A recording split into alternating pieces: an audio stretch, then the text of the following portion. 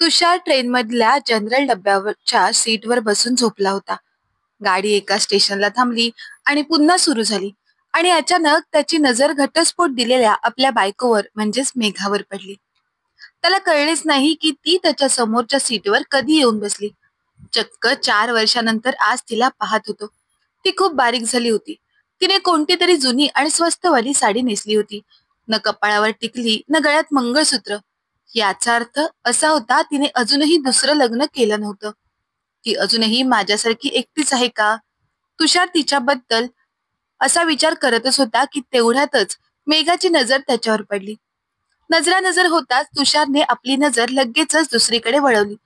मग माहित नाही तुषारच्या मनात काय आलं की तो आपल्या सीटवरून उठला आणि मेघाच्या जवळ असलेल्या एका मुलाच्या सीटवर जाऊन बसला आणि त्या मुलाला आपल्या सीटवर बसायला सांगितले. तो मुलगा ही तुषारच्या सीटवर बसण्यासाठी निघून गेला. तेव्हा तुषारने मेघाला विचारले, कशी आहेस मेघा? मेघाने एक नजर तुषारवर टाकली आणि खिडकीकडे तोंड करून म्हणाली की मी बरी आहे. आणि तू? तुषार म्हणाला की मी सुद्धा बरा आहे आणि पुण्याला जात आहे. दिवाळी असल्या कारणाने रिझर्वेशन सीट मिळाली नाही, त्यामुळे जनरल डब्यात यावे लागले. तू कुठे जात आहेस? मेघा म्हणाली की मी सुद्धा पुण्याला जात आहे. आजकाल आई तिथे माझ्या मोठ्या भावाकडे राहत आहे. तिची तब्येत काही दिवसांपासून बरी नाही, म्हणून मी तिला भेटायला जात आहे. बराच वेळ दोघांमध्ये शांतता होती. मग तुषार म्हणाला, मेघा, एक विचारू का? मेघाने डोळ्यांनीच विचारले, काय?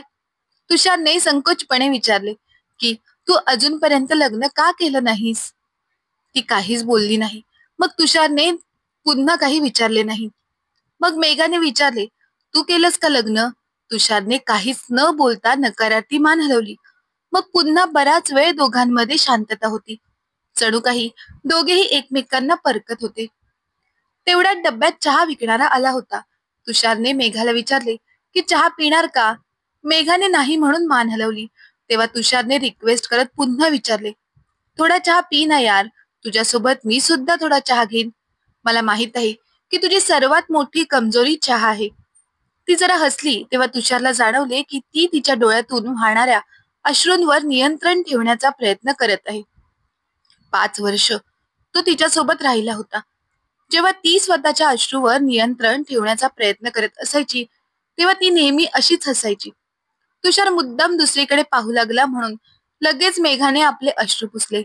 मग ती नॉर्मल होऊन म्हणाली की एका अटीवर चहा घेईन. तुषारने विचारले की बोल, काय अट आहे? तेव्हा मेघा म्हणाली की पैसे मी देईन. तुषार काहीच बोलला नाही. मग मेघाने 2 चहा विकत घेतल्या आणि एक चहा तुषारला देत बोलली की आता मी ही कमावू लागली आहे. एका प्रायव्हेट शाळेत शिकवायला जाते. मी महिन्याला 10,000 रुपये मिळतात. चहा पित तुषार म्हणाला की घटस्फोटाच्या वेळी कोर्टाच्या आदेशानुसार मी तुला 30 लाख रुपये देत तर होतो. जर घेतले असतेस तर स्वतःची शाळा सुरू केली असतीस. पण तू खूप स्वाभिमानी आहेस. या जमान्यात पैसे विना काहीच होत नाही. मेघा हसतच म्हणाली की जर मी पैसे घेतले असते तर स्वतःच्या नजरेत पडले असते. शिवाय माझ्या मनाला काय उत्तर दिलं असतं? माझ्या मनाने रोज मला प्रश्न विचारला असता की ज्याला सोडून आली आहेस त्याच्याच आधारावर जगत आहेस. तुषार म्हणाला की तू खरंच खूप चांगली आहेस. मनाने स्वच्छ आणि निरागस आहेस. हे सर्व तुझ्यासोबत घटस्फोट घेतल्यानंतर मला कळलं. तू विश्वास ठेवणार नाहीस पण मी खरंच खूप बदललो आहे. मी सर्व व्यसने सोडले आहेत. चिडचिड अजिबात करत नाही. आता मी कुणालाही कमी लेखण्याचा प्रयत्न देखील करत नाही. ज्याच्याबद्दल तुला खूप वाईट वाटायचं त्या सर्व वाईट सवयी मी सोडल्या आहेत. मेघा उदास होत म्हणाली की आता याचा काय उपयोग?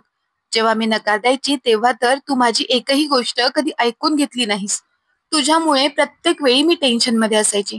याच कारणाने माझा 2दा गर्भपात झाला. नाहीतर आज माझीही 2 मुले असती. बोलता बोलता मेघा रडू लागली. मुलांचा विषय निघाला तेव्हा तुषारचेही डोळे भरून आले. पण तो एक पुरुष होता त्यामुळे अश्रूंना बाहेर वाट दाखवण्याआधीच पिऊन गेला आणि म्हणाला की कधी कधी वाटते की मी खूप वाईट माणूस आहे. मी कधीच नात्याचा सन्मान केला नाही आणि शिक्षा मला त्याची आज भोगावी लागत आहे. आता तर आई सुद्धा सोडून गेली आहे. आई गेल्याचं ऐकून मेघालाही खूप दुःख झाले आणि ती म्हणाली की आईंची तब्येत तर चांगली होती, मग अचानक आईंना काय झालं? पण आता मात्र तुषारला त्याच्या भावनांवर आवर घालता आला नाही आणि तो भावनेच्या भरात आपले अश्रू थांबवू शकला नाही आणि म्हणाला की ती प्रत्येक क्षणी तुझी आठवण काढत असायची आणि म्हणायची की माझ्या सुनेला पुन्हा आपल्या घरी घेऊन ये. मी तिला कसं समजावू की घटस्फोट झाल्यानंतर सून परत घरी येत नाही. मग दोघांमध्ये काही वेळ पुन्हा शांतता पसरली. आता पुणे स्टेशन आलं होतं. तुषारने हळूच विचारलं की पुन्हा कधी जाणार आहेस? मेघा म्हणाली की आजची रात्र इथेच थांबणार आहे. उद्या सकाळच्या ट्रेनने मी परत जाईन. इतकं बोलून ती तिथेच थांबली. तुषारही तिथेच थांबला. मग तुषारने पुन्हा विचारलं की उद्या सकाळी किती वाजता ट्रेनने परत जाणार आहेस? मेघा म्हणाली की आम्ही गरीब लोक आहोत. रिझर्वेशन करून जात नाही.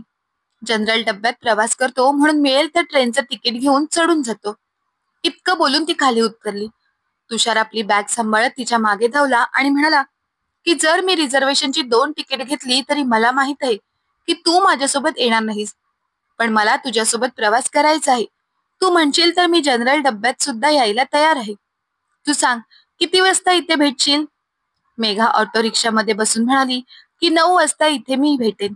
मग त्याच्या डोळ्यासमोर ऑटो रिक्षा निघून गेली. तुषार 2 दिवसांसाठी पुण्याला आला होता पण मेघासोबत प्रवास करायचा होता म्हणून त्याने त्याचे शेड्यूल बदलले होते. त्याने शक्य होईल तितक्या लवकर आपली ऑफिसची कामं उरकली आणि दुसऱ्या दिवशी सकाळी 8 वाजता स्टेशनला पोहोचला. मेघा 9च्या ऐवजी 10 वाजता स्टेशनवर पोहोचली आणि म्हणाली की तू अजून इथेच आहेस? मला वाटलं की तू निघून गेला असशील. मेघा खूप खुश दिसत होती.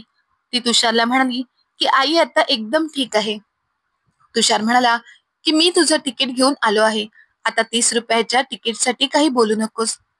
मेघा हसतच म्हणाली की ट्रेन यायला अजून अर्धा तास बाकी आहे. चल तोपर्यंत चहा पिऊन येऊ. पैसे मी देईन. मग हिशोब बरोबर होईल. इतकं बोलून ती पुन्हा हसू लागली. तिला हसताना पाहिल्यावर तुषारची नजर तिच्या चेहऱ्यावरून हटतच नव्हती. दोघांनी मिळून चहा घेतला आणि ट्रेनही आली आणि मग पुन्हा एक नवीन प्रवास सुरू झाला. पण हा प्रवास काही खास होता. तुषार काहीतरी बोलण्यासाठी तळमळत होता पण घाबरत होता की जर तिने नकार दिला तर. तुषार नोटीस करत होता की मेघा तिच्या मोठ्या भावाच्या घरून नवीन साडी नेसून आली होती. खिडकीतून येणाऱ्या थंड हवेच्या झोक्याने तिच्या चेहऱ्यावरील तिचे केस उडत होते. तिच्याकडे पाहून तुषार मनातल्या मनात विचार करत होता की एकेकाळी ही स्त्री माझी बायको आहे. बायको माझं आयुष्य, माझं सर्वस्व होती. पण मला तिला सांभाळता आली नाही. तुषारच्या मनात काय चाललंय हे मेघाने ओळखलं नाही. मग अचानक मेघा म्हणाली, काय झालं आहे तुषार? तू इतका शांत का बसला आहेस? मैत्रीण समजून तरी काहीतरी बोल. तुषार म्हणाला की मला तुझी मैत्री नकोय. मेघा तुषारचं हे बोलणं ऐकून शॉकच झाली. ती म्हणाली की मग माझ्यासोबत प्रवास करण्यासाठी इतका उतावीळ का झाला होतास? तुषार म्हणाला की मला तू हवी आहेस आणि तेही संपूर्ण आयुष्यभरासाठी, जन्मोजन्मांसाठी, माझ्यासोबत हसण्यासाठी, माझ्यासोबत रडण्यासाठी. तो हे सगळं काही इतक्या पटापट बोलला होता की मेघा फक्त त्याच्या चेहऱ्याकडे पाहतच बसली. तो पुढे म्हणाला की मीच चुकीचा होतो. तुझी मी कधी कदरच केली नाही. पण तू गेल्यानंतर मला कळून चुकले आहे की मी किती चुकीचा होतो. प्लीज मला माफ कर. एवढं बोलून तो आता ढसाढसा रडू लागला होता. मेघा गप्प झाली होती. ती फक्त त्याच्या चेहऱ्याकडे पाहत होती. तुषार तिचे दोन्ही हात पकडून रडत बोलत होता की प्लीज मला माफ कर. माझं खरंच खूप चुकलं. पण मी तुला प्रॉमिस करतो की आता यापुढे मी कधीच तुझ्या डोळ्यात पाणी येऊ देणार नाही. तू जे सांगशील, जसं सांगशील मी अगदी तसंच वागेन. पण प्लीज परत ये. मेघानी हळूच आपल्या डोक्यावरील साडीचा पदर थोडा मागे सरकवला आणि म्हणाली, जरा इकडे बघ. तुषारने पाहिलं तर मेघाच्या भांगेमध्ये कुंकू होतं. ती म्हणाली की मला माहित होतं तू असंच काहीतरी करणार आहेस. मी कालच विचार करून ठेवला होता की आता एकट्याने चालायचे दिवस संपले आहेत. माझा जीवनसाथी परत आला आहे. आता इथून पुढील प्रवास त्याच्या सोबतच करायचा आहे. थकली आहे रे मी एकट्याने चालत चालत. बोलता बोलता ती विचित्र मुद्रा अवस्थेत हसत होती.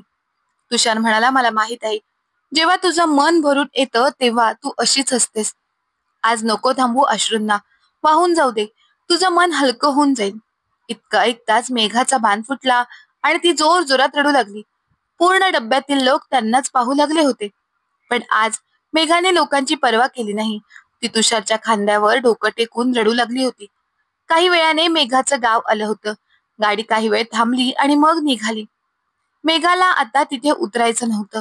तिच्या आयुष्याने पुन्हा एक नवीन वळण घेतलं होतं. आता तिचं ठिकाण माहेर नाही तर नवऱ्याचं घर होतं, जे कितीतरी वर्षापासून तिची परत येण्याची वाट पाहत होतं. ती अजूनही तुषारच्या खांद्यावर डोकं ठेवूनच होती. डोळे बंद करून मंद स्मितहास्य गालावर उमटत होते, जसे काही एका लहान मुलासारखं. तर मित्र आणि मैत्रिणींनो, तुम्हाला ही कथा कशी वाटली ते आम्हाला कमेंट बॉक्समध्ये कमेंट करून नक्की कळवा. कथा आवडली असेल तर कथेला लाईक करा, शेअर करा. धन्यवाद.